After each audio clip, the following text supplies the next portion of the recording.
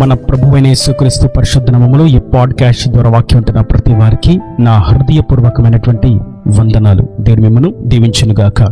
మత్తయి సువార్త 5వ అధ్యాయము 23-24 వచనాలు. కావున నీవు బలిపీఠం వద్ద అర్పణము అర్పించుచుండగా నీ మీద నీ సహోదరునికి విరోధమేమైనా కలదని అక్కడ నీకు జ్ఞాపకము వచ్చిన ఎడల అక్కడ బలిపీఠం ఎదుటనే నీ అర్పణము విడిచిపెట్టి మొదట వెళ్లి నీ సహోదరునితో సమాధానపడము, అటు తర్వాత వచ్చి నీ అర్పణము అర్పింపుము. ఇక్కడ మనం గమనించినట్లయితే మనము దేవునికి అర్పణలను అర్పించేటప్పుడు లేదా ప్రార్థించేటప్పుడు లేదా సమర్పించేటప్పుడు, దేవుని యొక్క సేవ చేసేటప్పుడు, పరిచర్య చేసేటప్పుడు, దేవుని దృష్టికి ఇంపైనటువంటి యాగములను అర్పించేటప్పుడు గుర్తించవలసినటువంటి విషయం ఏదనగా, సహోదరునితో ఏమైనా విరోధము ఉన్నట్లయితే, సహోదరునితో అసమాధానం కలిగి ఉన్నట్లయితే, మన మీద మన సహోదరునికి ఏమైనా అసమాధానపు ఆలోచనలు ఉన్నట్లయితే వెంటనే లేదా మొదట ఆ పరిస్థితులన్నిటినీ చక్కబరుచుకోవాలి. సహోదరునితో సమాధాన పడాలి, ఐక్యపరచబడాలి. అప్పుడు అటుపిమ్మట మనము చేసేటువంటి పనులకు, ప్రార్థనలకు, అర్పణలకు ప్రభు సమాధానమును, జీతమును అనుగ్రహిస్తారు. నేడు ఈ వాక్యం ఉంటున్నటువంటి నా ప్రియ సహోదరులారా, మనం పలుమార్లు ఈ వాక్యాన్ని చూచినప్పటికీ నేడు పరిశుద్ధాత్ముడు తెలియచేసినటువంటి మాట, మీరు మొట్టమొదట మీ సహోదరులతో సమాధానము కలిగి ఉండండి. మీరు ఇచ్చేటువంటి కానుకలు, అర్పణలు, మీరు నా కొరకు చేసేటువంటి శ్రేష్టమైనటువంటి పనులు, బలాన్ని, సమయాన్ని, ధనాన్ని వెచ్చించి చేసేటువంటి క్రియలు తరువాత మొట్టమొదట మీరు సమాధానము కలిగి ఉండండి. నేడు మనం గమనిస్తున్నట్లయితే మొదట అనేటువంటి మాట దగ్గర అన్నిటికంటే చివరిలో కుదిరితే మాట్లాడదాం, సమయం ఉంటే సమాధాన పడదాం. వారు ఒకవేళ మనలను పలకరిస్తే అప్పుడు వారిని పలకరిస్తాం, వారు మనల్ని చూస్తే మనం చూస్తాం అనేటువంటి ఆలోచనలతో సమాధానం అనేటువంటి మాటను చివరన పెడుతూ ఉంటాం. కానీ పరిశుద్ధాత్ముడు నేడు సెలవిస్తున్నారు, మీరు మొదట సమాధానము కలిగి ఉండండి. సహోదరులు ఒక కుటుంబానికి చెందినప్పటికీ, లేదా సంఘములో సహవాసంగా ఉన్నప్పటికీ, లేదా ఇతర సంఘస్థులతో అయినప్పటికీ, లేదా సేవకుల మధ్య అయినప్పటికీ, సహవాసాల మధ్య అయినప్పటికీ, ఏదేమైనప్పటికీ అన్ని కోణాలలో అందరితో మనం సమాధానము కలిగి ఉండాలి. సమాధానము లేని చోట దేవుని యొక్క కార్యాలు అందలేనంత దూరంగా నిలిచి ఉంటాయి. అందుకే ప్రభు తేటగా సెలవిస్తున్నారు, మీరు మొదట సమాధానం కలిగి ఉండండి. భార్య భర్తల మధ్య సమాధానం, అక్క చెల్లెల మధ్య సమాధానం, అన్న తమ్ముళ్ళ మధ్య సమాధానం, అన్న చెల్లెల మధ్య సమాధానం, ఇలా సహోదరులతో సమాధానం కలిగి ఉండాలి. తోటి విశ్వాసితో సమాధానం కలిగి ఉండాలి. సంఘ కాపరితో సమాధానం కలిగి ఉండాలి. ఇతర సంఘస్థులతో సమాధానం కలిగి ఉండాలి. బంధువులతో సమాధానం కలిగి ఉండాలి. వీధిలో సమాధానం కలిగి ఉండాలి. అన్ని కోణాలలో మనం సమాధానాన్ని మొదటిగా ఎంచాలి. సమాధానం లేని చోట అపవాది సులువుగా ప్రవేశిస్తాడు. సమాధాన కర్త అయినటువంటి ప్రభు యొద్ద నుండి దూరము చేస్తాడు. ఆదిలో ఆదాము విషయంలో జరిగినటువంటి క్రియ అది. హవ్వ ఆదాముకు తెలియకుండా ప్రభువు చెప్పినటువంటి ఆజ్ఞను ఉల్లంఘించింది.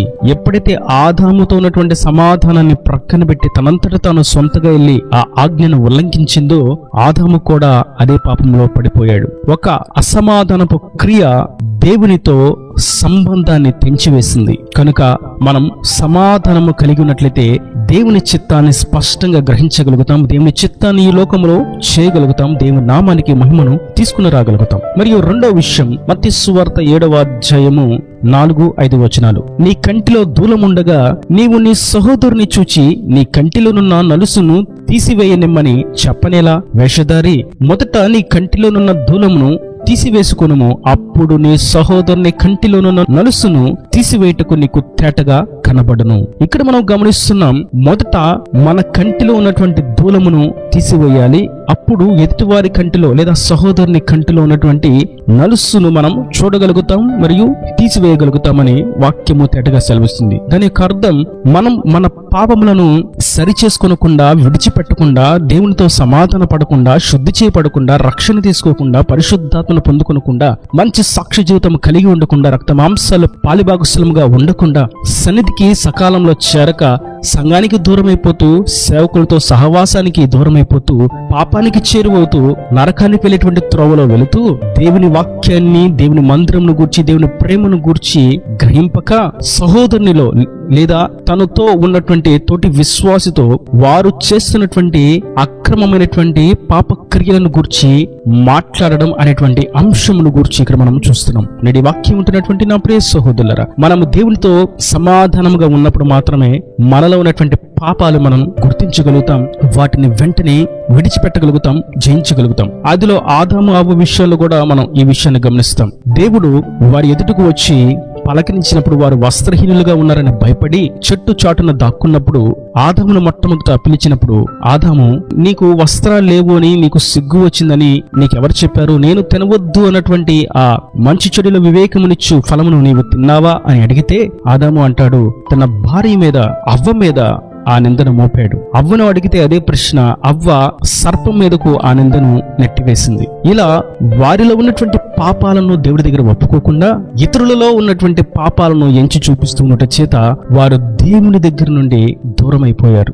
దేవుని కంచెల నుండి, దేవుని కాపుతలలో నుండి, దేవుని కనుదృష్టిలో నుండి దూరం అయిపోయారు. ఆదాము నేనే తప్పు చేశాను అని ఒప్పుకున్నట్లయితే బాగుండే మాట, హవ్వ నేనే తప్పు చేశాను అని ఒప్పుకున్నట్లయితే బాగుండే మాట.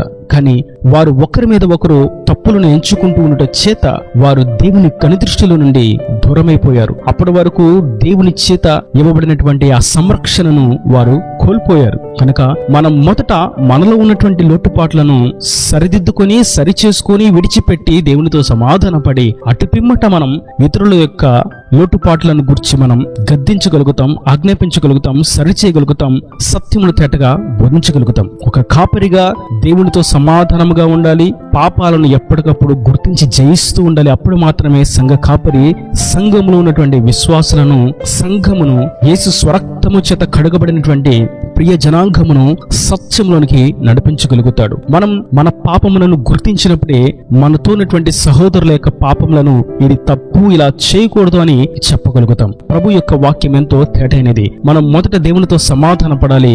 ఆ తర్వాత మనము చేయదలిచినటువంటి పరిచర్య ఆశీర్వాదకరంగా ఉంటుంది. మొదట మనం మనలో ఉన్నటువంటి లోటుపాట్లను గుర్తించాలి. అప్పుడు ఎదుటివారిలో ఉన్నటువంటి లోటుపాట్లను గురించి మనం వారికి బోధించగలుగుతాం, సత్యాసత్యాలను గురించి వివరించగలుగుతాం. మరియు మూడో విషయాన్ని మనం గమనిస్తాం. విలాప వాక్యముల గ్రంథం 2వ అధ్యాయము 19వ వచనం. నీవు లేచి రేయి మొదటి జామున మొర్రపెట్టము, నీళ్లు కుమ్మరించినట్లు ప్రభు సన్నిధిని నీ హృదయమును కుమ్మరించుము. మీ పసిపిల్లల ప్రాణము కొరకు నీ చేతులను ఆయన తట్టు ఎత్తుము. ప్రతి వీధి మొగను ఆకలిగొని వారు మూర్ఛిల్లుచున్నారు. ఇక్కడ మనం గుర్తిస్తాం, మనం మొదటి జామున ప్రార్థించాలి. వేకువజామున మొదటి సమయమున మొదటి స్థానం ప్రభువుకు ఇవ్వాలి. అప్పుడు మాత్రమే మనము చేసేటువంటి మొర్రకు, ప్రార్థనకు విలువ ఉంటుంది. దేవుని చేత క్షేమము కలుగుతుంది, సమాధానము కలుగుతుంది, సంరక్షణ కలుగుతుంది, సమృద్ధి అనుగ్రహించబడుతుంది.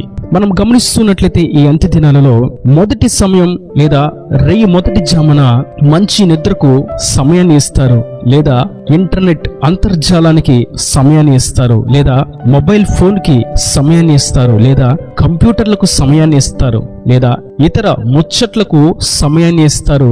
మరికొందరు మద్యానికి, మరికొందరు డ్రగ్స్ కి, మరికొందరు సిగరెట్ కి, మరికొందరు సినిమా పాటలకు, మరికొందరు సినిమాలకు, లోక ఇచ్ఛలకు, అపవాది క్రియలకు మొదటి స్థానాన్ని ఇస్తూ ఉంటారు.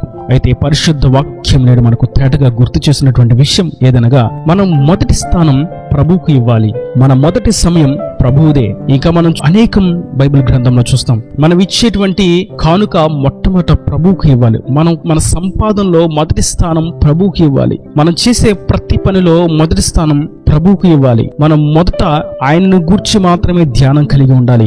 ఈ పని చేస్తే ఆయన మెచ్చుతాడా లేదా అనేటువంటి ఆత్మీయ స్పృహతోనే మనం ఉండాలి. ఇలా మొదటి స్థానం గురించి మనం అనేకమైనటువంటి విషయాలు గమనిస్తాం. నేడైతే ప్రతి దినమున మొదటి సమయంలో ప్రభు పాదాల చెంత ప్రార్థన చేస్తూ మొరపెడుతూ ఆయనకు కృతజ్ఞతాస్తులు చెల్లిస్తూ ఆయన చేయిని పట్టుకుని ఆయన కృపలో మనం దినమును ప్రారంభించినట్లయితే అది మనకు ఆశీర్వాదకరంగా ఉంటుందని ప్రభు సెలవిస్తుండగా మనం మొదట మన సహోదరులతో సమాధాన పడదాం. మనం మొదట మనలో ఉన్నటువంటి లోటుపాట్లను గ్రహిస్తాం. మనం మొదటి స్థానం ప్రభువుకు ఇద్దాం. ఆ విధంగా దేవుని ఆశీర్వాదాలను మొదటగా మనం పొందుకుందాం. దేవునిని ఈ లోకంలో కనపరుస్తాం. ఈ దేవుని మాటలు ప్రతి వాని హృదయంలో నెరకట్టి ఫలింపుచేయును గాక. ఆమేన్. God bless you. తలలో వంచి కన్నులు మూసినట్లయితే మీ కొరకు చిన్న ప్రార్థన. ప్రేమ స్వరూపి కరుణ కటాక్షం నా తండ్రి, నా ప్రభు వాక్యాన్ని ప్రతి వారిని మీరు నిండారులుగా దీవించండి, ఆశీర్వదించండి. సహోదరులతో సమాధాన పడడం మొదటి అంశమని, మాలో ఉన్నటువంటి లోటుపాట్లను మేము గుర్తించడం మొదటి అంశమని, నీకు మొదటి స్థానం ఇవ్వడం అత్యంత ముఖ్యమైనటువంటి మొదటి విషయమని మీరు సెలవించండి. అమూల్యమైన వాక్కును బట్టి నీకు వందనాలు. ఈ వాక్కు ఉన్న ప్రతి వారిని మీరు అట్టి విధంగా దీవించండి, ఆశీర్వదించండి. ఇంకా వారి ప్రతి అవసరం అక్కర్ను నీ మహిమేశ్వరుని తీర్చి నీ రాకడ రాజ్యాన్ని సిద్ధపరచమని యేసు పరిశుద్ధ నామమున ప్రార్థించి వేడుకుంటున్నాను తండ్రి.